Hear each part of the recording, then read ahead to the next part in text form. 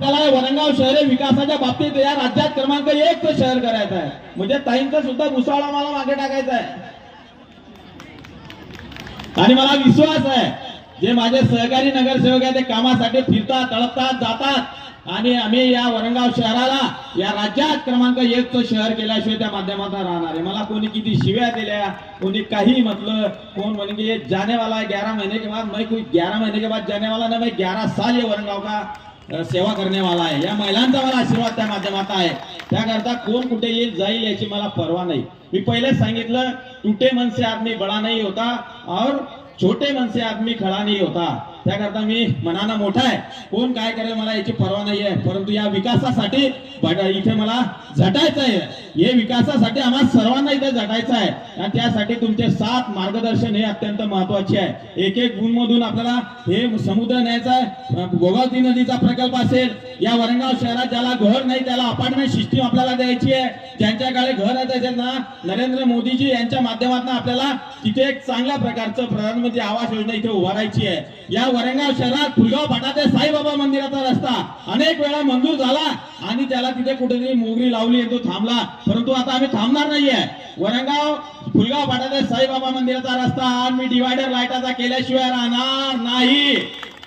महात्मा गांधी विद्यालयापासून तर रावजी बुवा मार्गे आक्सानगर परत शिवतीर्थापर्यंत येथे लाईट लावल्याशिवाय सुद्धा आम्ही मधातून त्याला काय म्हणतात मध्यंतरी लाईट काय सेंट्रल पोल हे सुद्धा आम्ही त्या माध्यमातून इथे लावणार आहे. मुख्याधिकारी महोदयांना मी सांगितलं की साहेब आपल्याला काही राजकारण करायचं नाही आहे. सर्व कार्यक्रमाचे अध्यक्ष लोकनियुक्त नगराध्यक्ष श्री सुनीलजी काळेसाहेब, तसेच आजच्या कार्यक्रमासाठी वरणगाव शहरातील उपस्थित सर्व माता भगिनी, उपस्थित जिल्ह्यातील सर्व नगराध्यक्ष, जिल्ह्यातील सरपंच भगिनी आणि उपस्थित असलेल्या तमाम सर्व नागरिकांचं मी वरणगाव नगर परिषदेच्या वतीने खूप खूप स्वागत करतो.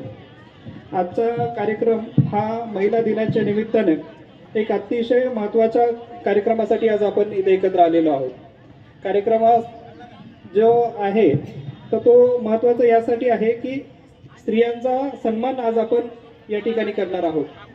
आपल्याला माहिती आहे की यत्र नार्यस्तु पूज्यन्ते रमन्ते तत्र देवताः असा संस्कृतमध्ये एक श्लोक आहे. ज्या ठिकाणी महिलांचा सन्मान होतो त्याच ठिकाणी देवाचा सुद्धा वास होत असतो.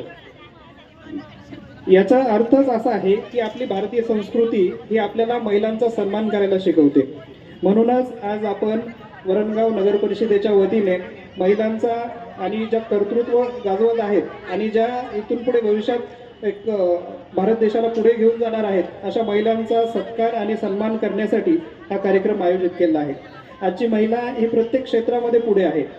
शिक्षणात, प्रशासनात, उद्योगात, विज्ञान, क्रीडा अशा कुठलंही क्षेत्र घ्या ज्याच्यामध्ये आजची महिला ही मागे नाही आहे.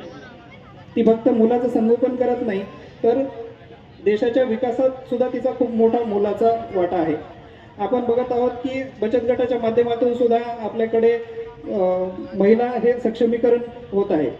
तर माझ्या मते महिलांचा खरा सन्मान हा त्यांना त्यांची संधी, शिक्षण आणि त्यांचं सुरक्षित वातावरण आपण त्यांना देतो तर हा खरा सगळ्यात मोठा सन्मान असेल. आज या कार्यक्रमाच्या माध्यमातून आपण ज्या महिलांचा सन्मान करणार आहोत त्या आपल्या समाजासाठी प्रेरणादायी आहेत आणि त्यांच्या कार्यातून अनेक महिलांना पुढे जाण्याची प्रेरणा निश्चितच मिळेल. तरी आजच्या कार्यक्रमासाठी उपस्थित असलेल्या सर्व महिला व वरणगाव शहरातील सर्व नागरिक व तसेच जिल्ह्यातून आलेले सर्व निमंत्रित यांचं मी खूप खूप आभार व्यक्त करतो. खूप खूप धन्यवाद.